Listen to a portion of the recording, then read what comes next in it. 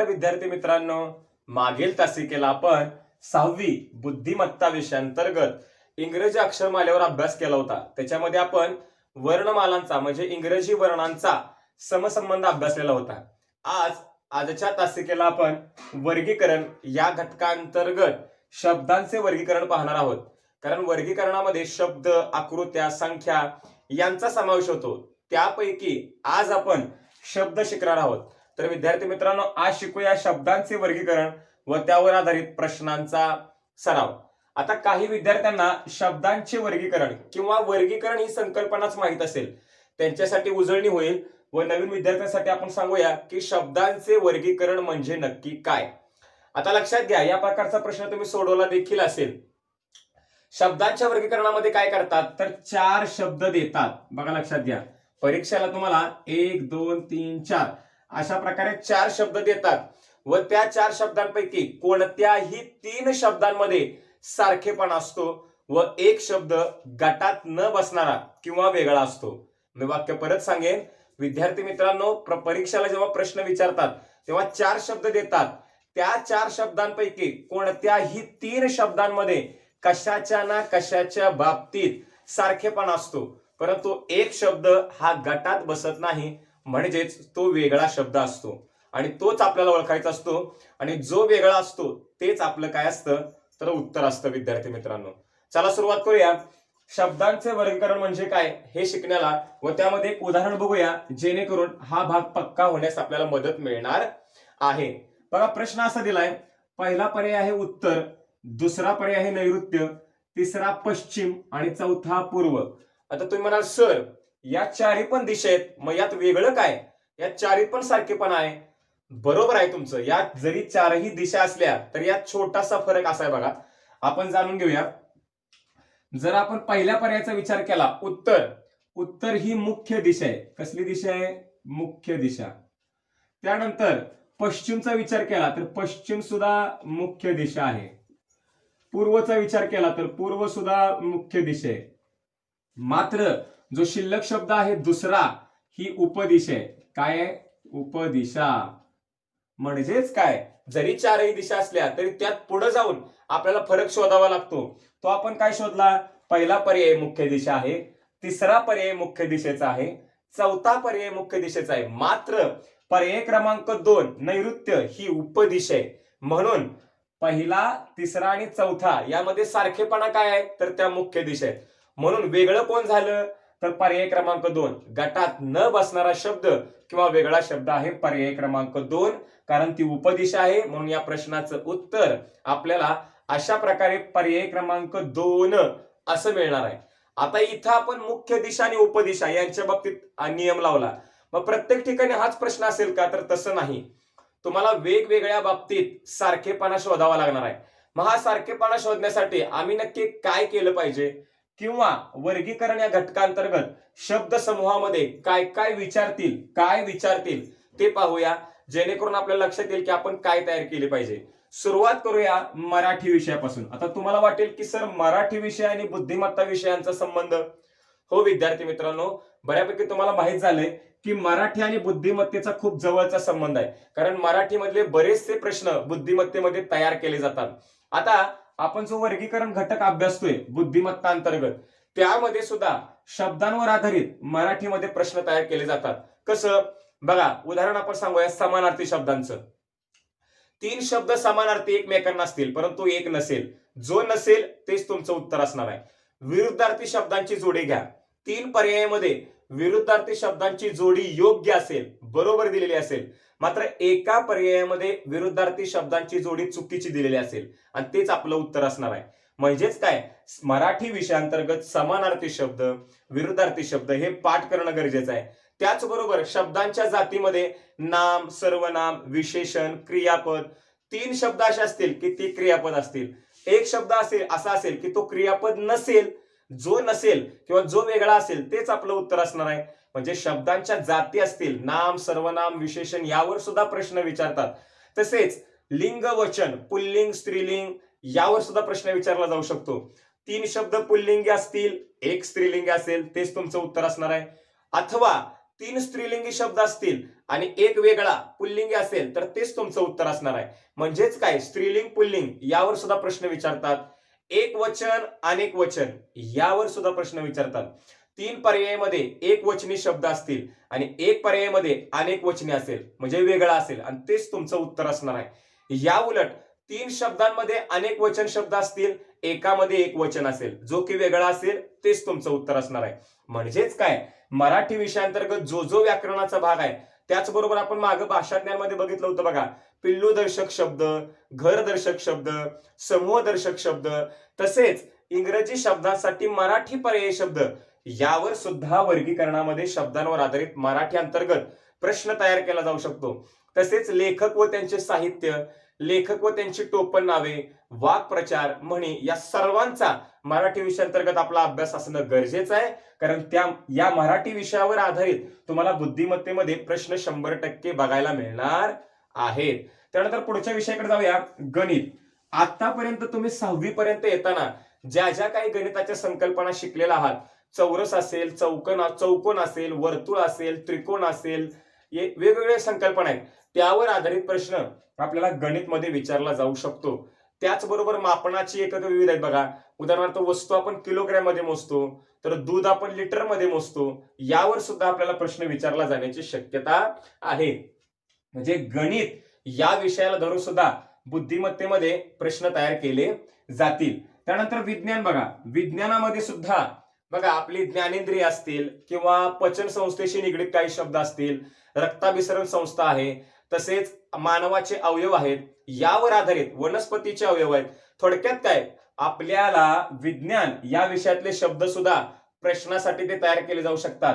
म्हणजे विज्ञान विषयाचा सुद्धा आपला अभ्यास असणं गरजेचं आहे, जेणेकरून आपण वर्गीकरणांतर्गत शब्दांवर आधारित प्रश्न सोडवू शकतो. त्यानंतर समाजशास्त्र. आता समाजशास्त्र म्हणले की त्यामध्ये इतिहास, भूगोल, नागरिकशास्त्र हे विषय आले. या सर्वांवर आधारित आपल्याला प्रश्न विचारला जाऊ शकतो. समुद्र असेल, महासागर असेल, भूगोल विषयांतर्गत किंवा नागरिक शास्त्रामध्ये आता तुम्ही ग्रामसेवक, सरपंच ही पद शिकलेला असाल तर त्यावर आधारित सुद्धा तुम्हाला प्रश्न विचारला जाण्याची शक्यता आहे. इतिहासावर सुद्धा, इतिहासातल्या काही महत्वाच्या ज्या संकल्पना आहेत त्यावर सुद्धा बुद्धिमत्तेमध्ये वर्गीकरणांतर्गत प्रश्न तयार केला जाऊ शकतो. आणि त्यानंतर शेवट आहे इतर. इतर मध्ये बघा मराठी महिने चैत्र, वैशाख, ज्येष्ठ, आषाढ, श्रावण हे पाठ असणं गरजेचं आहे. कारण 3 पर्यायामध्ये मराठी महिना देतील, एका पर्यायामध्ये इंग्रजी महिना देतील, जो की वेगळा असेल तेच तुमचं उत्तर असणार आहे. त्यानंतर ऋतूंबद्दल माहिती पाहिजे, उपऋतूंबद्दल माहिती पाहिजे, आत्ताच बघितलं दिशांबद्दलची माहिती पाहिजे, शेती, फळ, फूल, धान्य, आजूबाजूला असणाऱ्या वस्तू, घडणाऱ्या घटना याबद्दलची माहिती इतर या अंतर्गत आपल्याला विचारली जाऊ शकते. थोडक्यात काय विद्यार्थी मित्रांनो, बुद्धिमत्ता या विषयामध्ये सर्व विषयांचा समावेश होतो व शब्दांसाठी शब्द हा घटक सोपाच आहे, परंतु त्यासाठी आपला चांगला अभ्यास असणं गरजेचं आहे. तर मराठी, गणित, विज्ञान, समाजशास्त्र आणि इतर या विषयांचा आपला जर चांगला अभ्यास असेल तर आपण शब्दांवर आधारित प्रश्न सोडवू शकतो. आता लगेचच यानंतर आपण यावर काही प्रश्नांचा सराव हा करणार आहोत. विद्यार्थी मित्रांनो, आत्ताच आपण शब्दांचे वर्गीकरण म्हणजे काय ही संकल्पना समजून घेतली, त्याचबरोबर त्यामध्ये कोणकोणत्या विषयाशी निगडीत प्रश्न येऊ शकतात याचा देखील अभ्यास केला. आता करूयात काही प्रश्नांचा सराव. बघा या ठिकाणी पहिला प्रश्न आपल्याला काय विचारलाय, पहिला पर्याय आहे माऊस, दुसरा CPU, तिसरा मोबाईल, चौथा मॉनिटर. आपण जर विचार केला तर माऊस, त्यानंतर CPU आणि मॉनिटर यांचा विचार केला का, तर बघा माऊस हा संगणकाचा भाग आहे, CPU हा सुद्धा संगणकाचा म्हणजे कम्प्युटरचा भाग आहे आणि मॉनिटर हा सुद्धा कम्प्युटरचा भाग आहे. मात्र मोबाईल हा कम्प्युटरचा भाग नाही. बघा लक्षात घ्या, आपण जेव्हा संगणकाचे भाग किंवा कम्प्युटरचे पार्ट्स बघतो, भाग बघतो, त्यावेळेस माऊस, CPU आणि मॉनिटर हे आहेत, संगणकाचे भाग आहेत, मात्र मोबाईल नाही. म्हणजेच काय, पहिल्या, दुसरा आणि चौथ्या पर्यायामध्ये सारखेपणा काय, तर ते कम्प्युटरचे भाग आहेत. म्हणून वेगळा गटात न बसणारा किंवा वेगळा शब्द कोणता आहे, तर तो आहे मोबाईल. म्हणून या प्रश्नाचं उत्तर पर्याय क्रमांक 3 मोबाईल असं आपल्याला मिळणार आहे. बघा इतर गोष्टीमध्ये हा विषय येतो, आपल्याला संगणकाविषयी पण थोडंसं ज्ञान असणं गरजेचं आहे. त्यानंतर पुढे जाऊया, बघा, पहिला पर्याय आहे हरिण, दुसरा आहे वाघ, तिसरा आहे गाय, चौथा आहे शेळी. आता जर आपण नीट विचार केला तर हरिण, गाय आणि शेळी हे शाकाहारी प्राणी आहेत. शाकाहारी प्राणी म्हणजे काय, तर निसर्गातल्या गवत असेल किंवा इतर वनस्पती असतील त्यांच्यावर अवलंबून असतात अन्नासाठी, जेवणासाठी, त्यांना शाकाहारी म्हणतात. मात्र वाघ ह्या प्राण्याचा विचार केला तर वाघ हा जंगली प्राणी आहे किंवा मांसाहारी प्राणी आहे. वाघ हा दुसऱ्या प्राण्यांना खातो. तसे हरिण, गाय, शेळी हे शाकाहारी आहेत. बघा, लक्षात घ्या, वनस्पतींना ते खातात. म्हणजेच काय, हरिण, गाय आणि शेळी हे शाकाहारी प्राणी, हा झाला सारखेपणा. परंतु गटात न बसणारा किंवा वेगळा शब्द म्हणजे पर्याय क्रमांक 2 वाघ आहे, कारण तो मांसाहारी प्राणी आहे, वेगळा आहे. म्हणून या प्रश्नाचं उत्तर पर्याय क्रमांक 2 वाघ असं आपल्याला मिळणार आहे. त्यानंतर पुढच्या प्रश्नाकडे येऊया. आपल्याला इतर या विषयांतर्गत वाद्यांबद्दल पण माहिती पाहिजे. कला असतील, वाद्य असतील, वाद्यांवर बऱ्यापैकी प्रश्न येतातच. लक्षात ठेवा, वाद्यांमध्ये तालवाद्य, तालवाद्यामध्ये कोण येतं तर तबला, ढोलक, डफली हे तालवाद्यामध्ये येतात. तंतुवाद्य, तंतुवाद्य कोणाला म्हणायचं की ज्याच्यामध्ये तार असते त्याला तंतुवाद्य म्हणायचं. वीणा, वायलिन, सरोद किंवा सतार यांना तंतुवाद्य म्हणायचं. सुशीर वाद्य, सुशीर वाद्यामध्ये कोण येतं तर बासरी, जे आपण ओठांद्वारे वाजवली जाते, फुंकर मारून वाजवली जाते, त्याला सुशीर वाद्य. बासुरी ती सुशीर वाद्यामध्ये येते. आता या ठिकाणी काय आले बघूया. सतार, पहिला पर्याय आहे सतार, दुसरा आहे वीणा, तिसरा सरोद, 4 ढोलक. आता लक्षात घ्या, आताच आपण बघितलं सतार, वीणा आणि सरोद यांच्यामध्ये तार असते, म्हणजे हे तंतुवाद्य आहेत. मात्र पर्याय क्रमांक 4 चा जर विचार केला ढोलक, तर ढोलक हे तालवाद्य आहे.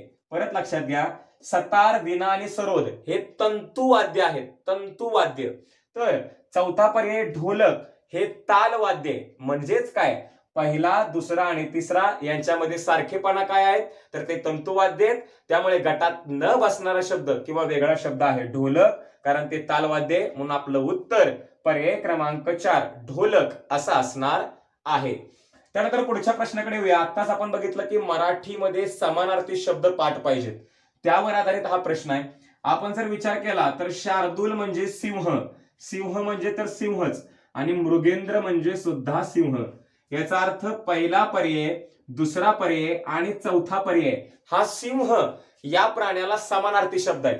मात्र जर आपण पर्याय क्रमांक 3 चा विचार केला तर तो गटात बसत नाही किंवा वेगळा आहे. कारण सारंग म्हणजे हरिण, सारंग कोणाला म्हणतात, हरणाला. त्यामुळे सारंग या शब्दाचा हरिण अर्थ आहे. म्हणजेच काय, पहिला, दुसरा, लक्षात घ्या, पहिला, दुसरा आणि चौथा यांच्यामध्ये सारखेपणा काय आहे तर ते सिंहाला समानार्थी शब्द आहेत. म्हणून गटात न बसणारा वेगळा शब्द जो हरिण याला समानार्थी होता, त्याचं उत्तर काय आपलं आहे पर्याय क्रमांक 3 असं या प्रश्नाचं उत्तर आपल्याला मिळणार आहे. त्यानंतर पुढे जाऊया. आता आपल्याला बुद्धिमत्तेअंतर्गत साधं वर्ष आणि लीप वर्ष यावर सुद्धा प्रश्न विचारला जाऊ शकतो. आता लीप वर्ष कोणाला म्हणतात तर ज्या वर्षाला 4 न भाग जातो त्याला लीप वर्ष म्हणतात. चला बघूया, ह्याला 4 न भाग जातोय का, यासाठी फक्त शेवटच्या 2 संख्येलाच घालवा. बघा 4च्या पाड्यात 8 आहे, म्हणजे हे लीप वर्ष आहे. बघा 4च्या पाड्यात 4 आहे, हे सुद्धा लीप वर्ष आहे. शेवटच्या 2 संख्यांना भाग गेला का नाही, संपूर्ण संख्येला 8 न भाग जातो, सॉरी 4 न भाग जातो. शेवटच्या 2 संख्यांना जर 4 न भाग जात असेल तर संपूर्ण संख्येला 4 ने भाग जातो. बघा ह्याला 4 न भाग जातोय, 4 दुनी 8, याला 4 न भाग जातोय, 4 एक्के 4. इथं पण विचार जर केला तर 4 चौक 16. बघा याला 16ला 4 न भाग जातोय. मात्र इथं 5 हे 4च्या पाड्यात येत नाही. म्हणजेच पहिलं, दुसरं आणि चौथं, बघा पहिला पर्याय, दुसरा पर्याय आणि चौथा पर्याय यांच्यात सारखेपणा काय आहे तर ते लीप वर्ष आहे. मात्र सन 2005 हे साधं वर्ष आहे. म्हणून या प्रश्नाचं गटात न बसणारा शब्द किंवा आपलं उत्तर आपल्याला पर्याय क्रमांक 3 सन 2005 हे मिळणार आहे. त्यानंतर पुढच्या प्रश्नाकडे येऊया. गणित या विषयाशी संबंधित प्रश्न आहे. खूप सोपा आहे, बऱ्याच विद्यार्थी मित्रांनी याचं उत्तर देखील काढलं असेल. बघा पहिला शब्द आहे चौकोन, दुसरा वर्तुळ, तिसरा त्रिकोण, चौथा पंचकोन. याच्यामध्ये तुम्हाला कोण संकल्पना पाहायला मिळते, याच्यामध्ये सुद्धा कोण हे पाहायला मिळतात, याच्यात पण कोण पाहायला मिळतात. परंतु वर्तुळाचा विचार करा बरं, त्याच्यामध्ये कोण दिसत नाही आपल्याला. जर आपण वर्तुळ काढलं तर याच्यात कोणीकडे आहे? कोणच नाही. म्हणजे काय, वर्तुळ हा शब्द गटात बसत नाही किंवा वेगळा आहे, परंतु पहिला, तिसरा आणि चौथा याच्यामध्ये कोण याच्या बाबतीत सारखेपणा आहे. म्हणून गटात न बसणारा किंवा वेगळा शब्द आहे पर्याय क्रमांक 2. म्हणून आपलं उत्तर पर्याय क्रमांक 2 वर्तुळ असं मिळणार आहे. त्यानंतर शेवटचा प्रश्न बघा, हेमंत, शिशिर, वसंत, हिवाळा चारी पण ऋतू वाटतायत, पण लक्षात घ्या जर चौथा पर्याय विचारात घेतला, हिवाळा हा मुख्य ऋतू आहे हिवाळा, मात्र हेमंत, शिशिर, वसंत हे उपऋतू आहेत. म्हणून हेमंत, शिशिर, वसंत यांच्यातला सारखेपणा हा आहे की ते उपऋतू आहेत आणि पर्याय क्रमांक 4 हिवाळा हा मुख्य ऋतू आहे. म्हणून या प्रश्नाचं उत्तर पर्याय क्रमांक 4 हिवाळा असं आपल्याला मिळणार आहे. अशा प्रकारे विद्यार्थी मित्रांनो, आज आपण वर्गीकरण या घटकांतर्गत शब्द समूहाबद्दल अभ्यास केला. याचा अभ्यास करा, सराव करा. धन्यवाद.